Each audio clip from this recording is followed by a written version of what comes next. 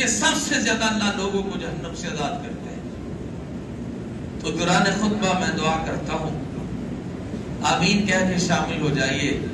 اللہ مجھے اور آپ کو یہ یوم العرفہ میدان عرفات میں نصیب فرمائے۔ وقوف عرفہ حج کا اہم ترین رکن ہے، اگر کسی نے وقوف عرفہ نہیں کیا اس کا حج نہیں ہے۔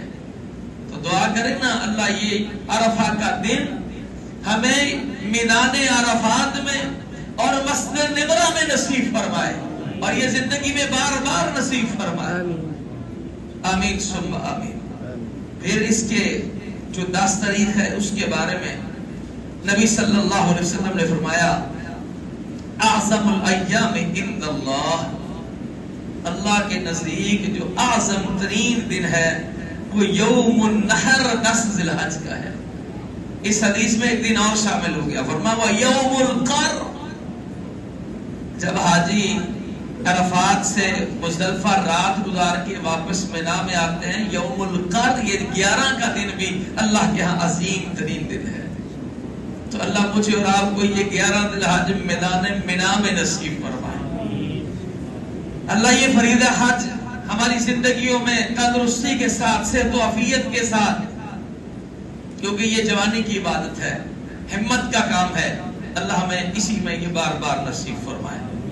تو گویا یہ پورا عشرہ بھی عظمت والا ہے، اس میں 9 کا دن بھی عظمت والا ہے، 10 کا بھی ہے، 11 کا بھی ہے۔ تو اب ہمیں کیا کرنا ہوگا؟ جب ہمیں یہ سمجھ آ گئی کہ یہ 10 دن بڑا ہی عظیم ہے۔ میں نے ابتدا میں ایک مثال دی، ایگزیبیشن ہونا، کہتے یار یہ 30، 31 اور 1 3 دن کے لیے ایگزیبیشن لگی ہوئی ہے، بڑے بڑے برانڈ ایک جگہ جمع ہوئے ہیں، اور جب آپ وہاں جائیں گے نا تو آپ کو بینیفٹ یہ ملے گا، کوئی 25% ڈسکاؤنٹ دے رہا ہے، کوئی 30%، کسی نے لکھ کے لگایا 40 اپ ٹو، کسی نے 50 اپ ٹو۔ تو لوگوں کا بڑا رجحان ہوتا ہے بھاگو۔ اچھا بعض لوگوں کو میں نے دیکھا پیسے نہیں بھی ہوتے ادھار پکڑ کے لے جاتے ہیں، کہتے یار فائدہ اٹھا لو۔ ہوتا ہے کہ نہیں ہوتا؟ اور اٹھانا بھی چاہیے، جائز ضروریات پر کرنا چاہیے، کوئی حرج نہیں ہے۔ تو کیا خیال ہے اگر اسی سوچ کو سامنے رکھتے ہوئے ان 10 دنوں میں ہم اللہ سے ملنے والے جو اضافی اجر اور عمل کی جو اضافی قدر ہے اور اس وجہ سے جو میں رب کا قرب ملنے والا ہے، تو ہم بھی اس میں اپنے آپ کو مستعد کر لیں، تیار کر لیں کہ میرا کوئی بھی لمحہ غفلت میں نہیں گزرے گا۔ کرنا کیا اس میں؟ سب سے پہلے تو یہ کریں، اگر اللہ نے آپ کو توفیق دی ہے، توفیق سے مراد آپ صحت مند ہے، توفیق سے مراد یہ ہے کہ حج کرنے کے پیسے آپ کے پاس موجود ہیں، مہنگے یا سستے کی بات نہیں ہے، آپ کے پاس پیسے ہونے چاہیے۔ آپ جو پیچھے خرچہ دیتے ہیں، آپ کے ذمہ جو کار والے ہیں، ان کے اخراجات آپ کے پاس موجود ہیں، اور راستہ پرامن ہے، تو آپ سب سے پہلا کام یہ کریں کہ حج کریں۔ میں اللہ کا واسطہ دے کے کہتا ہوں، اپنی زندگی میں اس عبادت کو تاخیر کا شکار نہ کیجیے گا۔ ہماری ترتیب بھی الٹ ہے۔ میں ایسی فیملی کو جانتا ہوں، پچھلے سال وہ حج کرنے گئے، حالانکہ انہوں نے حج کیا ہوا تھا، تو کہتے ہیں کہ ہمارا بیٹا بالغ ہو گیا، اور عمر کتنی ہوگی؟ میرا اندازہ 18 سال 2 سال کم زیادہ بھی ہو سکتی۔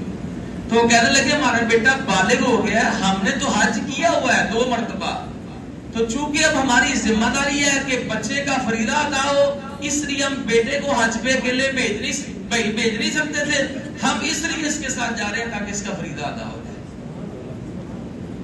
3 بندے گئے ہیں اس کے ساتھ جنہوں نے حج کر لیا ہوا تھا، اور یہ کیوں ہے؟ اس لیے کہ اس کا فرض ادا ہو سکے۔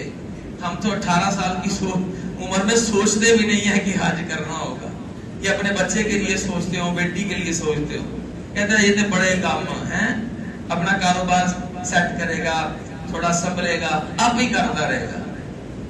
تو میرے محترم بھائیوں، جس کے پاس جو ہے، ایک اور بڑا سوال ہوتا ہے، دیکھو جی ابا جی نے حج نہیں کیا ہوا، اب میں کیسے چلا جاؤں؟ تو بھائی ابا جی کو کروا دو۔ اس میں سوچنے والی کون سی بات ہے کہ اللہ نے تمہیں ان کا کفیل بنایا، تو سب سے پہلے یہ نہ سوچو ان کو کراؤں کہ خود کراؤں ان کو۔